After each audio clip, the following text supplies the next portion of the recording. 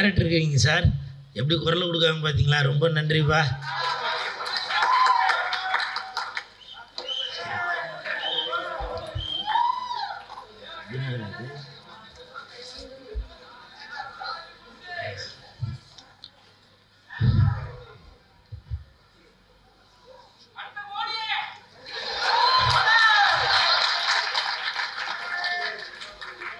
எதுக்குப்பா புழலுக்கு போகணுமா? எங்கே போகணுன்னு? சரி, படத்துக்குள்ளே வந்துடும். மேடையில் அமர்ந்திருக்கும் அனைவருக்கும் வணக்கம்.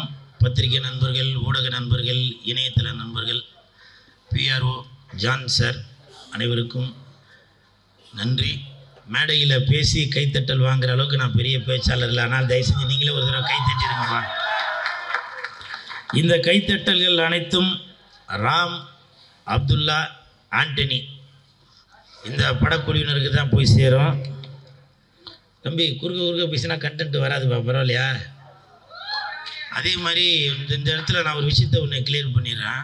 இப்போ மோடின்னு சொன்னாங்களே, அதெல்லாம் நான்லாம் எதுவும் செட் பண்ணல சார், சரிங்களா? நீங்கள் பாட்டுக்கு இல்லைப்பா, நீங்கள் யதார்த்தமாக பதார்த்தமாக சொல்லிட்டு போயிடுறீங்க. நாம் கோர்ட்டு கேஸுன்னு போயிட்டு இதுக்கு இது இல்லை. அதனால் அதுக்கும் எனக்கும் எதுவும் சம்மந்தம் எதுவும் இல்லை. இப்போ வந்து பிக் பாஸ் சீசன் 9 அது ஆரம்பிச்சிருச்சு.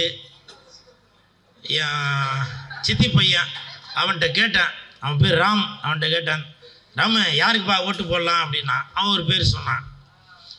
அதுக்கப்புறம் என் பக்கத்து வீட்டு பையன் அந்த தம்பிகிட்ட கேட்டான், அப்துல்லா யாருக்குப்பா ஓட்டு போடலாம் அப்படின்னு கேட்டேன். அவன் சொன்னான், அவன் ஒரு பேரை சொன்னான். அப்புறம் தயாரிப்பாளர் கிளெமன் அவருடைய மகன் ஆண்டனி கிட்ட கேட்டேன், ஆண்டனி தம்பி யாருக்கிட்டா ஓட்டு போடலாம் அப்படின்னு. அவங்க 3 பேரும் சொன்னது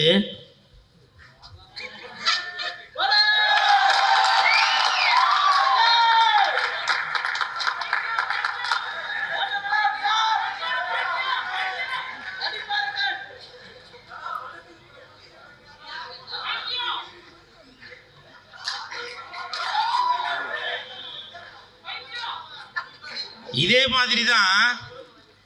நானும் கூட அவனை வந்து ஒரு நேரத்தில் பைத்தியம்னு சொல்லி கமெண்ட் பண்ணேன். இன்னைக்கு அவன் எங்கேயோ போயிட்டான்பா, இன்னைக்கு அவன் லட்சத்தில் சம்பளம் வாங்குற அளவுக்கு போயிட்டான். அப்போது இந்த 3 பேர்ட்டையும் நான் கேட்டேன், யார்கிட்ட? ராமுட்டையும் கேட்டேன், அப்துல்லாட்டையும் கேட்டேன், ஆண்டனிங்கிட்டையும் கேட்டேன். என்னடா தம்பி, இந்த தம்பியை வந்து எல்லாரும் திட்டுறாங்களே, எதுக்குப்பா அவங்களுக்கு ஓட்டு போட சொல்கிறீங்க அப்படின்னு. ஆனால் இதே மாதிரி தான் ஹவுசிங் போர்டு கீழே நின்று நாங்களும் இந்த மாதிரி வேலையெல்லாம் பார்த்துட்டு இருக்கும்போது எல்லோரும் வந்து எங்களை நீ எங்கே உருப்பிட போகிற பைத்தியம் அப்படிலாம் சொல்லி திட்டிகிட்டு இருந்தாங்க.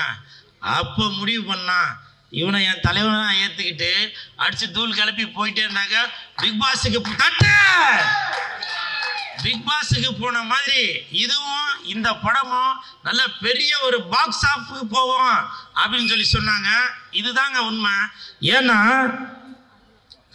ஒருத்தங்களுக்கு ஒரு கருத்து இருக்கும். நம்ம அதை வச்சு அவர் நல்லவரா கெட்டவரான்னு முடிவு பண்ண முடியாது. ஆனால் இன்னைக்கு சொல்கிறேன், அந்த பிக் பாஸில் அந்த தம்பி ஒன்று யார் வாட்டர் மெலனு ஒன்று வின்னர் ஆவான், இல்லை ரன்னர் ஆவான். நீங்கள் வேணால் வெயிட் பண்ணி பாருங்க. ஏன்னா அவன் வந்து முடிவு பண்ணிட்டான், நம்மளை வந்து எவ்வளோ தான் திட்டினாலும் திட்ட திண்டுக்கல் குட்ட குண்டுக்கல் அப்படின்னு. ஸோ இது வந்து நான் பிக் பாஸுக்காக அப்படின்னு சொல்லவில்ல. இப்படி அடே படத்தை பற்றி தாண்டா பேசினுக்கிறேன், யார் இது? அப்படி இந்த ராம், அப்துல்லா, ஆண்டனி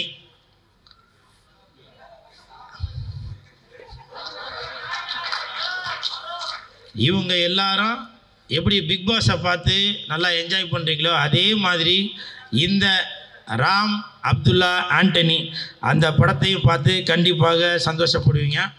அதே மாதிரி நம்ம ஜாவா சுந்தரேசன் வாங்க, வணக்கம். நீங்கள் பேர் மாற்றினதுக்கப்புறம் இப்போ முன்ன இருந்ததை விட நல்லா பிரபலமாயிருக்கீங்க, உங்களுக்கு வாழ்த்துக்கள். ஏன்னா இந்த நேரத்தில் சிம்புதேவன் சாருக்கு எனது நன்றியை தெரிவித்துக் கொள்கிறேன்.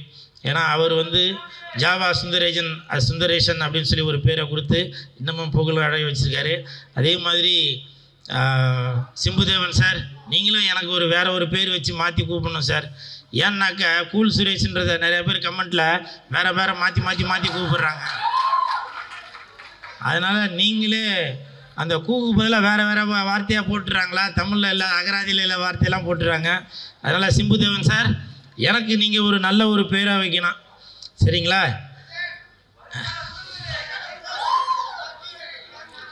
அதே மாதிரி மண்ணுக்கும் மக்களுக்கும் யார் சொன்ன டைம் இல்லைன்னு உங்களை பற்றி தான் சரி, அப்புறம் பேசலை, விட்டுறேன். நான் பேச போகிறதில்ல, விட்டுறேன். ஆனால் ஒன்று சவுந்தர் ஒரு 5 வருஷத்துக்கு முன்னாடி நீ என்கிட்ட சொன்ன ஞாபகம் இருக்கா என்னன்னு தெரியல. ஆனால் நீங்கள் வந்து கூல் சுரேஷ் நண்பர்கள் நற்பணி மன்றம் அப்படின்னு ஒரு மன்றம் வச்சு சில விஷயங்கள் பண்ணிட்டு வரீங்க. அதே மாதிரி நான் வந்து மரக்கன்றெல்லாம் கூட நட்டுட்டு வரேன். அதனால் நானும் உங்களை வந்து ஃபாலோ பண்ணிட்டு தானே இருக்கேன் அப்படின்னாப்புல. நான் அன்றைக்கி ஏதோ ஒன்று நினச்சேன், ஆனால் இன்றைக்கி தான் தெரியுது அதோட அர்த்தம். ஏன்னா நான் ஒரு ஆடியோ ரிலீஸ்க்கு அப்புறம் 2-3 ஆட்டோவில் தான் ஆள் கூட்டின்னு வருவேன். ஆனால் இன்றைக்கி பஸ் வச்சே கூட்டின்னு வந்துட்ட போலப்பா. இது வந்து நமக்கு அடுத்தவங்களுக்கு நம்ம ஒரு முன் உதாரணமாக இருக்கிறோமே அப்படின்னு சொல்லி ஒரு சந்தோஷப்படுறது தான். அதே மாதிரி என் நண்பன் தீனா உண்மையிலே சொல்கிறாங்க, எப்படி எம்என் நம்பியா ஐயா அவர்களை நம்ம ஸ்க்ரீனில் பார்க்கும்போது ஐயோ இவரா அப்படின்னு சொல்லி நம்ம பயப்படுவோம். ஆனால் நிஜத்தில் அப்படி ஒரு உன்னதமான நம்பிக்கையுடைய ஒரு பண்பான மனிதர். அப்படி தான் நான் வந்து தீனா அவர்களை பார்த்துன்னு வரேன். தீனா, நீ கருப்பாக இருந்தாலும் உன்னுடைய மனசு வெள்ளை தீனா. நீ கருப்பாக இருந்தாலும் நீ போட்டிருக்க சட்டை வெள்ளை தீனா. நீ படத்தில் வந்து வில்லனாக இருந்தாலும் நிஜத்தில் நீ நல்லவன். இதில் எந்த மாற்று கருத்தும் இல்லை. ஏன்னா நீ பண்ணுற விஷயங்கள், நீ பேசுகிற விஷயங்கள் எல்லாமே நான் கவனிச்சுட்டு தான் வரேன்.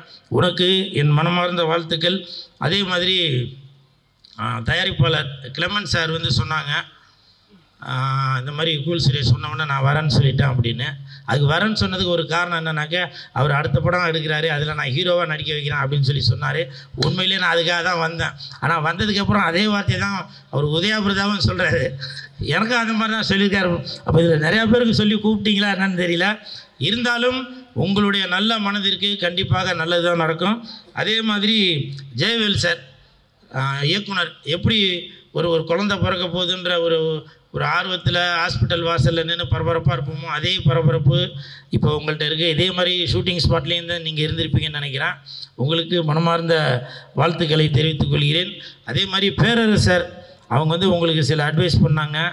அது வந்து நான் ரொம்ப பெருமையாக நினைக்கிறேன். ஏன்னா ஏதோ நம்ம ஒரு ஆடியோ ரிலீஸுக்கு போகிற அந்த என்ன மாதிரி ஏதோ குருட்டு வாக்கில் பேசிட்டு வந்துடும் அப்படி இல்லாமல், அந்த புதிய இயக்குனருக்கு பல அறிகுறிகள் சொல்லி இப்படி பண்ணணும் அப்படி பண்ணணும் அப்படின்னு சொல்கிறாங்க. ஏன்னாக்கா அவருக்கு தான் தெரியும், அவர் சாதாரணமானவரில். மாங்காய் வெட்டுறதுக்கும் தேங்காய் வெட்டுறதுக்கும் தென்னை வெட்டுறதுக்கும் எண்ணெய் வெட்டுறதுக்கும் ஒன்றை வெட்டுறதுக்கும் அருவா செஞ்ச கை அது. அதனால் அவங்கள மாதிரி நல்ல உள்ளங்கள் உங்களை வாழ்த்துறதுல ரொம்ப சந்தோஷம். அதை விட பர்சனலாகவே எனக்கு இன்னொன்று என்னன்னாக்கா, நான் வந்து இன்ஸ்டாகிராமில் இருக்கேன்.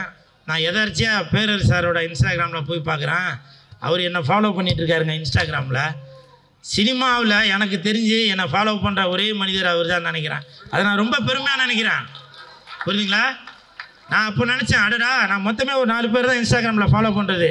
என் நண்பன் சந்தானம், சிம்பு, அப்புறம் லெஜண்ட், நான் ரசிகர் மன்றத்தில் இருக்கிற லெஜண்ட் அவர்கள். அதன் பிறகு நான் தெய்வமாக மதிக்கக்கூடிய பேரரசு சார் தான். ஏன்னா அவர் ஒரு Ajith sir, Vijay sir, captain sir, இப்படி பல ஜாம்பவான்களை இயக்கிய அந்த இயக்குனர் என்ன ஃபாலோ பண்ணுறாரு அப்படின்றப்ப, சார் உங்களை பாதம் தொட்டு வணங்குகிறேன் சார். ஏன்னா இது வந்து ஏதோ நான் அவரை பெருமைப்படுத்தணும் அப்படிங்கிறத சொல்ல வரல, அவரோட குணத்தை இது வந்து வெளியில் தெரிய வைக்குது அப்படின்றதுக்காக சொல்கிறேன். நேரங்காலம் கருதி போதுமா என்ன பேசவா? போதுமா? இன்னும் ஒன்று மட்டும் சொல்லிடுறேன்.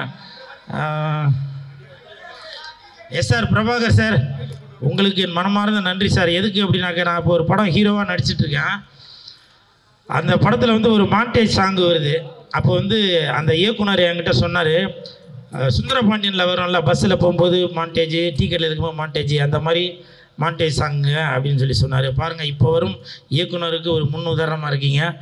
நன்றி நன்றி நன்றி சார். இன்னும் நிறையா பேர். அப்புறம் பொன்ராம் சார், அவ்வளோதாப்பா முடிச்சிடறேன்ப்பா. பொன்ராம் சார், நீங்கள் இந்த நிகழ்ச்சிக்கு வந்ததில் எனக்கு ரொம்ப சந்தோஷம். இருந்தாலும் மனசுக்குள்ளே ஒரு வருத்தம் இருக்குது. என்னன்னாக்க, எனக்கு தெரிஞ்சு 15-20 வருஷமாக சாரை தெரியும். இது வரைக்கும் என்ன எந்த படத்துலையும் பயன்படுத்தவே இல்லை. நானும் விடாமல் அவருக்கு கஜினி முகமது மாதிரி விடாமல் அவர்கிட்ட ஃபாலோ பண்ணிட்டு தான் இருக்கேன். ஒரு படத்துக்கும் சொல்லுவார், இதில் கண்டிப்பாக இருக்குங்க, இப்போ என்ன கெட்டப்பில் இருக்குங்க, ஃபோட்டோ அனுப்புங்க அப்படின்னு சொல்லி சொல்லுவார். பார்த்துட்டு அடடா இதுக்கேற்ற மாதிரி இல்லை அப்படின்னாரு. பாருங்கள், இதுக்கு எவ்வளோ கைத்தட்டல். இதுக்கு இந்த கைத்தட்டலுக்காகவே, உங்களுக்காகவே, கேப்டனுக்காகவே உங்களோட அடுத்த படத்துக்கு நான் ப்ரொமோஷன் பண்ணி தூள் கிளப்புறேன் சார். சரிங்களா? அப்புறம் அவ்வளோதான். வேறு யாரும் மதி சார், கதையின் நாயகனாகவும் தயாரிப்பாளராக இருக்கும் மதி சார், நீங்கள் வாழ்த்த வந்ததில் ரொம்ப சந்தோஷம். ஓகே, அவ்வளோதான். எல்லாரையும் பேசியாச்சு. அப்புறம் கடைசியாக இன்னொரு விஷயம், எனது நண்பர் ஸ்டண்ட் மாஸ்டர், இந்த படத்தோட ஸ்டண்ட் மாஸ்டர் சுரேஷ் அவர்கள், அவர்கிட்ட வந்து என் பேர், ஏன்னா நான் அவர் அசிஸ்டண்ட்டாக இருக்கும்போது தளபதி தினேஷ் மாஸ்டர் அவரோட அசிஸ்டண்ட்டுங்க அவங்களாம் ஒர்க் பண்ணும்போது என் கூட ஒர்க் பண்ணவர். அப்போ அவர் வந்து சொன்னார், அண்ணா நான் வந்து இதில் மாஸ்டர் ஆகிட்டேண்ணே அப்படின்னு.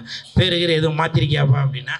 அப்போ அவர் சொன்னார், இல்லைண்ணா வெறும் சுரேஷ் தானே வச்சுருக்கேன், ஆனால் நீங்களே கூட எதனா பேர் வச்சாலும் ஓகே தானே அப்படின்னாரு. எங்கே பாரு, ஒரு நிமிஷம், ஒரு டக்குன்னு வாங்க, ஒரு ரெடியாக நிற்கிறார், ஒரே நிமிஷம். இன்று முதல் ஸ்டண்ட் மாஸ்டர் அவர்கள், ஏன்னா மாஸ்டராக இருந்தாக்க ஏதோ ஒரு அடைமொழி இருக்கணும் இல்லையா, இந்த மாஸ்டர் பேர் வந்து சுரேஷ். இன்று முதல் சூடு சுரேஷ் என்று அழைக்கப்படுவார். சரிங்களா? உங்களுடைய ஃபைட்டு எல்லாமே அனல் பறக்கணும். அனல் அரசு மாஸ்டர் ஏற்கனவே இருக்கிறதுனால இன்று முதல் நீங்கள் சூடு சுரேஷ் மாஸ்டர் என்று அழைக்கப்படுவீர்கள். ஓகே, வாழ்த்துக்கு. இன்னும் வேறு எதனா பேர் வேணும் அப்படின்னாக்க நம்ம சிம்புதேவர் சார்கிட்ட தான் கேட்குறோம், என்கிட்ட பேர் இல்லை. ஓகே, நன்றி, வாழ்த்துக்கள். இல்லைப்பா? ரொம்ப ஆசைப்படுறீங்களாப்பா? தண்ணியில் இருக்கும் மீன், நான் லெஜண்டோட ஃபேனு. இதுதான் தம்பி. நன்றி, நன்றிடா தம்பி.